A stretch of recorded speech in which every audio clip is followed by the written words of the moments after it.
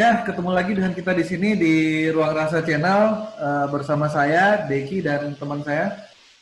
Oke, Ya, kali ini kita dengan konsep yang berbeda, sebagaimana apa namanya yang relevan lah, yang selama ini terjadi.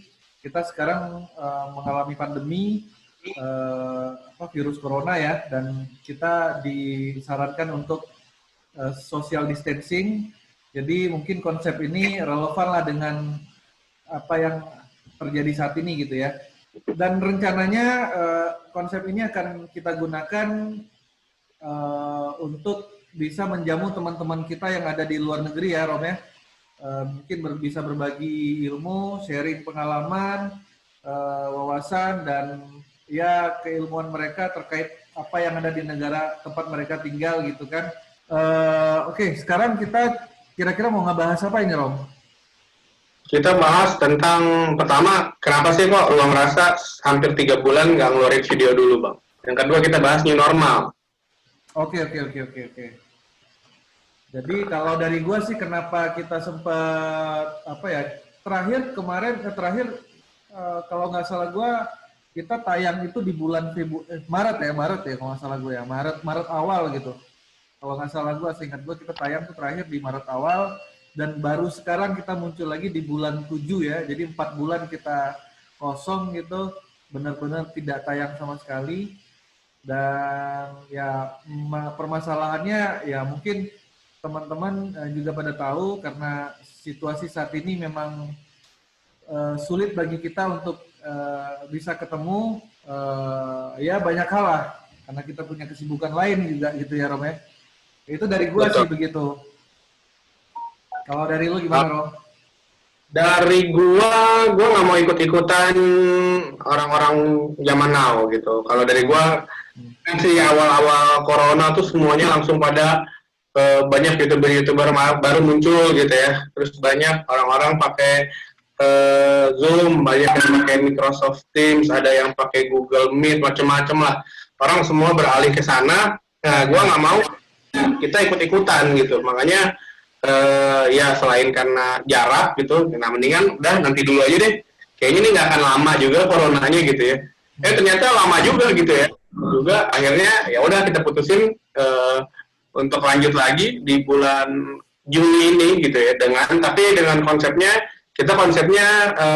konsep baru, yaitu kita mau keliling dunia. Jadi kita Ruang Rasa nih akan keliling dunia. Kita akan, ya kalau kita cuma berdua terus ngomongin tentang yang ada di sini pakai online, kayaknya kurang worth it.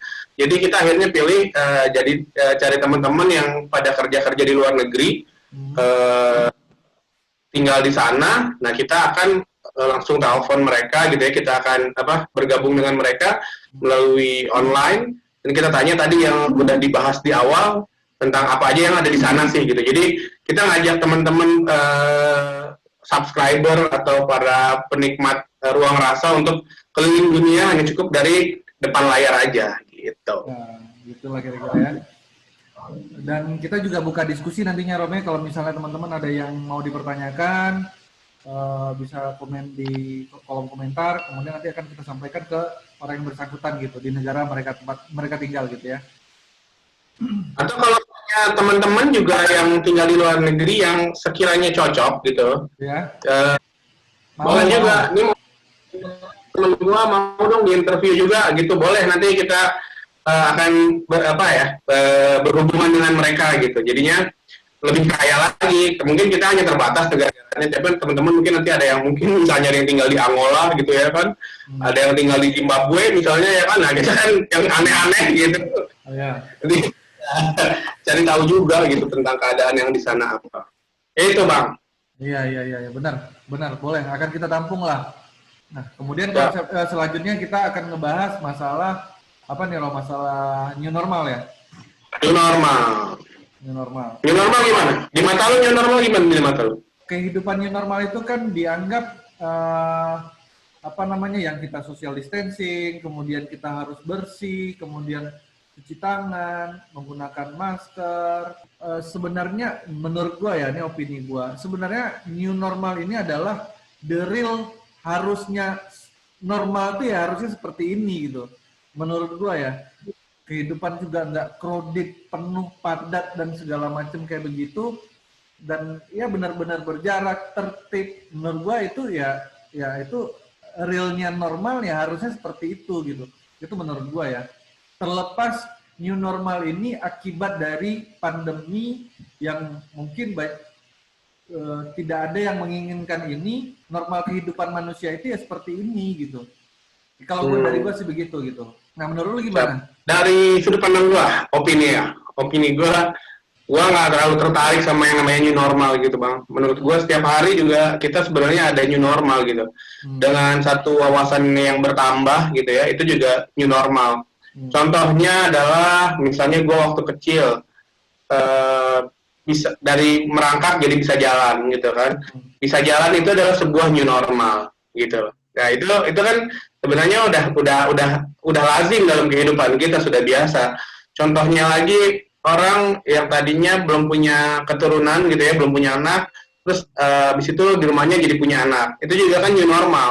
Tadinya kehidupannya nggak ada bayi di rumahnya, akhirnya sekarang ada bayi. Misalnya nonton TV jadi nggak bisa keras-keras, terus juga ya macam-macam lah gitu ya, banyak. Misalnya tadinya mungkin orang itu ngerokok di rumah, terus akhirnya karena punya anak akhirnya nggak merokok, itu menjadi satu new normal gitu. Iya. Terus contohnya lagi menikah juga itu kan bentuk dari new normal. Biasanya tidur di kasur, bangun sendiri, sekarang di sebelahnya udah ada pasangannya, itu kan juga new normal gitu. Jadi menurut gua new normal tuh sebenarnya ya selalu terjadi gitu ya. Cuma kali ini yang konteks corona ini, new normal itu terlalu digembor-gemborkan aja gitu loh. Jadi sebenarnya ya biasa lah gitu ya, new normal itu biasa gitu.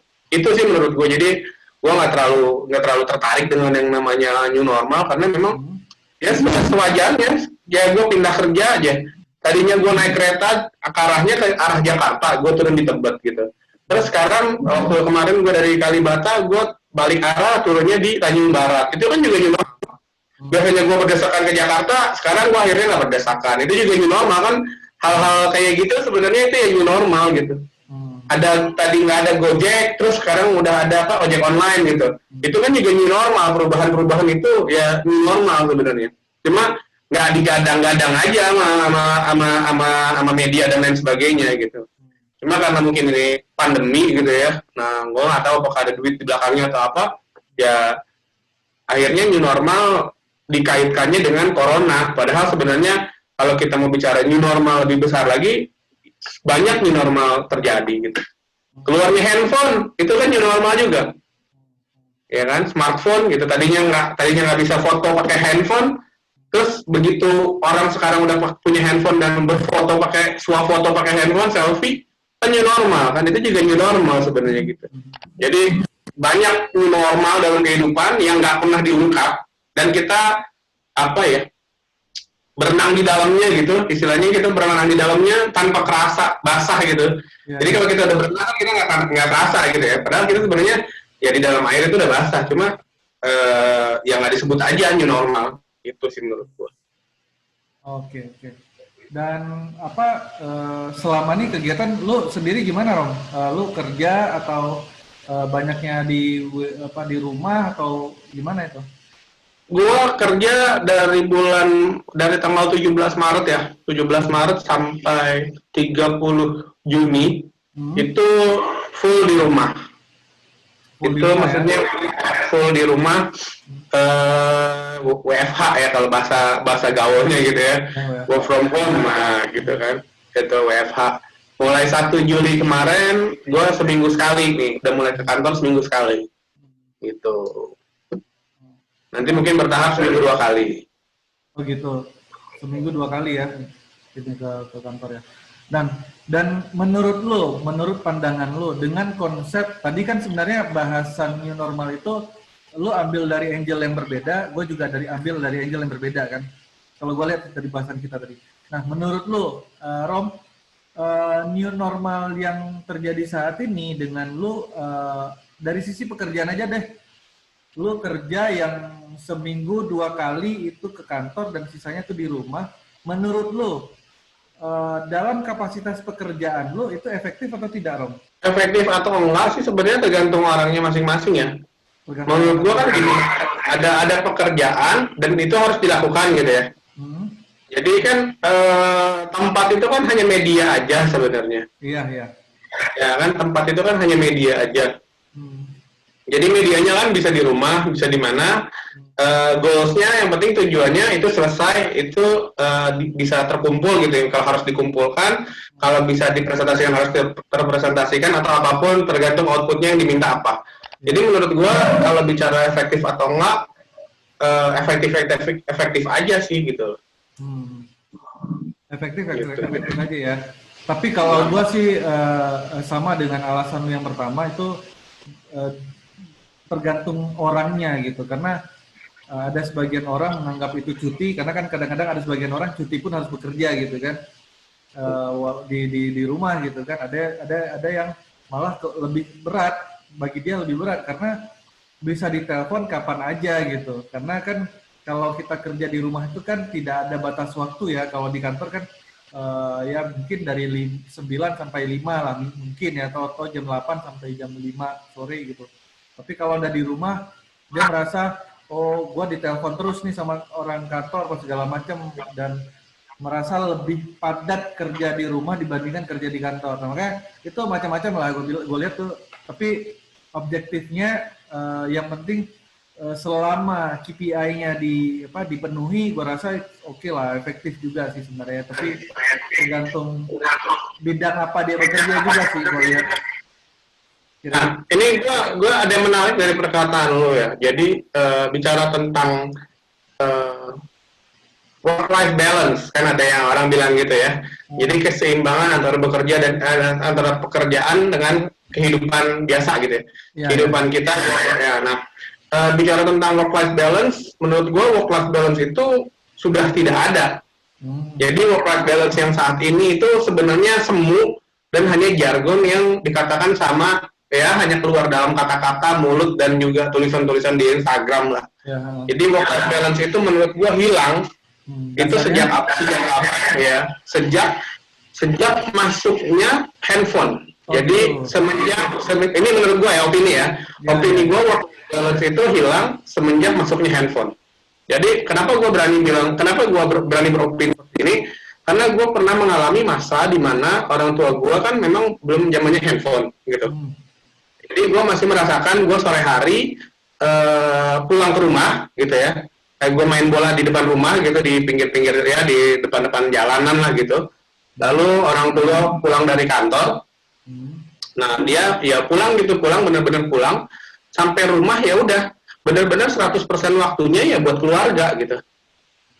Jadi nggak ada lagi urusan sama kantor tuh, karena kan zaman dulu kan paper base gitu ya. Jadi semuanya kan pakai kertas. Kalaupun komputer ya komputernya ada di kantor, nggak ada di rumah gitu. Nah semenjak masuknya teknologi handphone, laptop itu menurut gue nggak ada lagi tuh yang namanya work-life balance. Banyak orang yang sekarang pulang ke rumah buka laptop di rumah.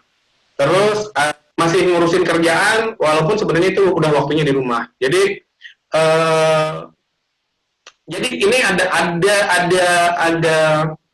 ada misleading atau ada apa ya? Ada pengiringan opini tentang jiwa entrepreneurship. Nah, tapi yang disalah artikan gitu. Jadi kan ada orang bilang berjiwa entrepreneurial gitu ya, berjiwa wirausaha. Jadi kalau katanya suruh mindset kita tuh harus mindset wirausaha. Nah, mindset wirausaha itu kan siap dihubungin kapanpun, istilahnya menganggap kalau kita bekerja itu seakan-akan kantor itu milik kita, punya kita gitu kan. Jadi itu kan konsepnya wirausaha kan begitu. Nah itu kan banyak berjiwa wirausaha itu banyak ditanamkan di perusahaan-perusahaan zaman sekarang tuh Bang. Gitu. Padahal embel-embelnya sebenarnya mungkin maksud perusahaannya lu kerja 24 jam ya buat gua gitu. Cuma dengan embel-embel ditaruh secara keren memiliki jiwa wirausaha gitu. Tapi menurut gua jadi work life balance tuh yang saat ini tuh semu.